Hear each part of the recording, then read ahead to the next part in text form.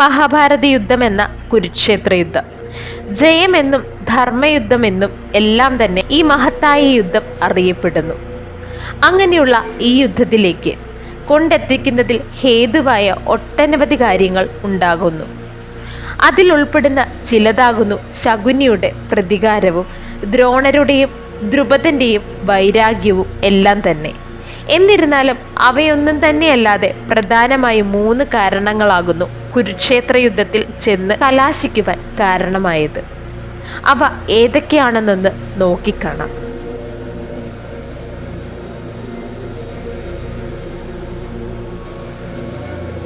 ആദ്യം തന്നെ കുരുക്ഷേത്രത്തിന്റെ ബീജമെന്ന് പറയാവുന്ന സംഭവമാകുന്നു ബാല്യകാലം മുതൽ തുടങ്ങുന്ന ഭീമസേനോടുള്ള കുരുകുമാരന്മാരുടെ അസൂയാവഹമായ പെരുമാറ്റവും ശകുനിയുടെ കുത്തിത്തിരിപ്പും തുടർന്നുള്ള ഭീമസേനന് വിഷം നൽകി നദിയിൽ ഉപേക്ഷിച്ചതും എല്ലാം തന്നെ. വായുപുത്രൻ ആകയാൽ തന്നെ നാഗരാജൻ വാസുകിയുടെ സമയോചിതമായ ഇടപെടൽ കാരണം ജീവിതത്തിലേക്ക് തിരികെ വന്ന ഭീമൻ വാസുകി നൽകിയ സോമരസം സേവിച്ച് 1000 ഗജങ്ങളുടെ ശക്തിയുള്ളവനായി തീർന്നു. എന്നിരുന്നാലും ജീവിതത്തിലേക്ക് തിരികെ എത്തിയിട്ടും ഭീമസേനന് തന്നെ വധിക്കുവാൻ ശ്രമിച്ച ധൃതരാഷ്ട്രപുത്രന്മാരോട് പക ഉടലെടുത്തിരുന്നു.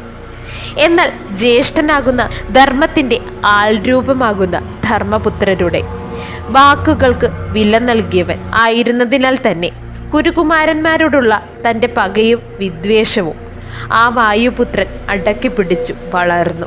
അന്നു മുതൽ തന്നെ 100 കുരുകുമാരന്മാരെയും തൻ്റെ കരങ്ങളാൽ വധിക്കണമെന്ന പകയിൽ കത്തിജ്വലിച്ച ആ ആഗ്രഹം കുരുക്ഷേത്രത്തിൽ എത്തിക്കാനുള്ള ഒരു കാരണമെന്ന് പറയാനാകുന്നു. അടുത്തതായി പറയാവുന്ന കാരണമാകുന്നു കൗരവസഭയിലെ കള്ളച്ചൂത്.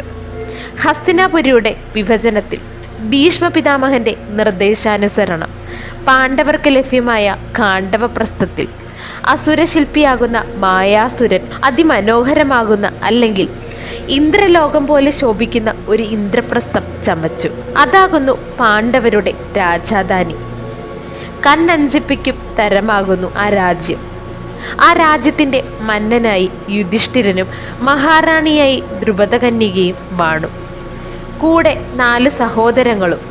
അങ്ങനെയുള്ള അവരുടെ കൊട്ടാരവും സുഖസുന്ദരമായ ജീവിതവും കണ്ട് അസൂയ തോന്നിയ യുവരാജൻ ദുര്യോധനന് തൻ്റെ ഏത് ദുഷ്ടതയ്ക്കും കൂട്ടുനിൽക്കുന്ന മാതുലൻ ശകുനിയൊരു നിർദ്ദേശം നൽകി. നിനക്കവരുടെ ഇന്ദ്രപ്രസ്ഥം വേണമോ? നാം അത് നിനക്ക് അവരുടെ കയ്യിൽ നിന്നും വാങ്ങി നൽകുന്നതാകുന്നു. അതിനായി ഏത് ചതി വേണമെങ്കിലും നടത്താൻ നാം തയ്യാറുമാകുന്നു. അതിനാൽ തന്നെ ഒരു ചൂത് സഭ തയ്യാറാക്കുക. ശേഷം യുധിഷ്ഠിരനുമായി ചൂത് കളിയിൽ ഏർപ്പെടുക. നമ്മുടെ മായാപ്രയോഗത്തിൽ നമ്മുടെ വരുതിക്ക് നിൽക്കുന്ന പിതാവാകുന്ന സുബലന്റെ മരണശേഷം അദ്ദേഹത്തിൻ്റെ അസ്ഥിയിൽ നാം നിർമ്മിച്ച ഈ കരുക്കൾ നമ്മുടെ ആജ്ഞ പാലിച്ചുകൊണ്ട് സംഖ്യകൾ പ്രകടിപ്പിക്കുകയും അതുപ്രകാരം യുധിഷ്ഠിരാദികൾക്ക് അവരുടെ രാജ്യം നഷ്ടമാകുകയും നിനക്കവ ലഭ്യമാകുകയും ചെയ്യും. അതുപ്രകാരം ചൂത് കളിക്കുകയും പാണ്ഡവർക്ക് സർവ്വതും നഷ്ടമാകുകയും ചെയ്തു. അതിനാൽ തന്നെ സർവ്വതും നഷ്ടമായ പാണ്ഡവർക്ക് 12 വർഷം വനവാസവും 1 വർഷക്കാലം അജ്ഞാതവാസവും വിധിക്കപ്പെട്ടു. ഇവയെല്ലാം കഴിഞ്ഞു തിരികെ ഹസ്തിനാപുരിയിൽ എത്തിച്ചേർന്ന പാണ്ഡവർക്ക് അവരുടെ സമ്പത്ത് ഒന്നും തന്നെ തിരികെ നൽകിയില്ല കുരുകുമാരന്മാർ. അതിനാൽ തന്നെ കുരുക്ഷേത്രത്തിലേക്ക് പാണ്ഡവരെ നയിക്കുന്നതിൽ 2ാമത്തെ കാരണമാകുന്നു കള്ളച്ചൂത് എന്നത്. അടുത്തതായി പറയുന്നത് കുരുക്ഷേത്രത്തിൽ കലാശിച്ച ഏറ്റവും പ്രധാനപ്പെട്ടതും ഏറ്റവും നീചമായതുമായ കാരണമാകുന്നു പാഞ്ചാലി വസ്ത്രാക്ഷേപം. സർവ്വതും നഷ്ടമായ പാണ്ഡവരെ പാഞ്ചാലിയെ പണയം വെച്ച് ചൂത് കളിക്കുവാൻ കൗരവരും അവരെ പിന്തുണയ്ക്കുന്നവരും ശകുനിയും വിധേയരാക്കുകയും അതുപ്രകാരം പൊതുസഭയിൽ അവളുടെ കേശത്തിൽ കുത്തിപ്പിടിച്ച് വലിച്ചിഴച്ചു കൊണ്ടുവന്ന് ആ ക്രൂരന്മാർ ശേഷം അവളുടെ വസ്ത്രമൊരിഞ്ഞ് അവളെ മാനം കെടുത്തുവാൻ ശ്രമിക്കുന്നു.